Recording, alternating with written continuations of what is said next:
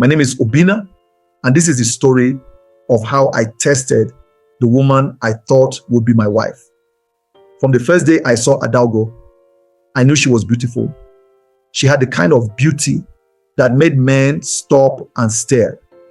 Her skin glowed like fresh palm oil, and her smile could make a man forget his worries. I wanted her, and when I want something, I go for it.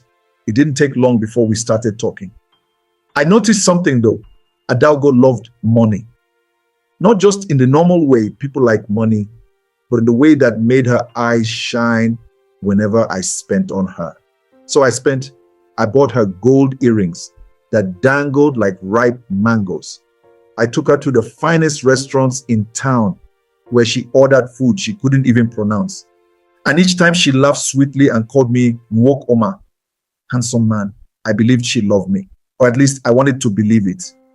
Then one day I decided to test her. I told her I had lost everything. My business had collapsed. My accounts were empty. The man who once drove a sleek black car would now have to manage Okada. I watched her face as I spoke, and something changed. The smile she always had for me faded. Her soft hands, which always touched my face gently, suddenly felt stiff when she patted my back. The next morning, she sent me a message. Obinna, I think we need space. I don't know if I can handle this situation. You understand, right? I understood. Oh, I understood very well. I let her go. She thought she was walking away from a poor man. What she didn't know was that I was still very rich. I had only acted poor to see her true colors. A few months later, I heard she was struggling.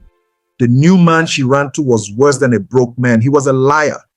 He had nothing, but he dressed like he had everything. By the time she realized it was too late. One evening, I saw her again. She looked smaller, like a flower that had lost its shine.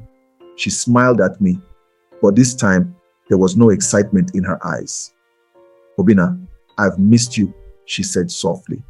I smiled back. I know. And I walked away.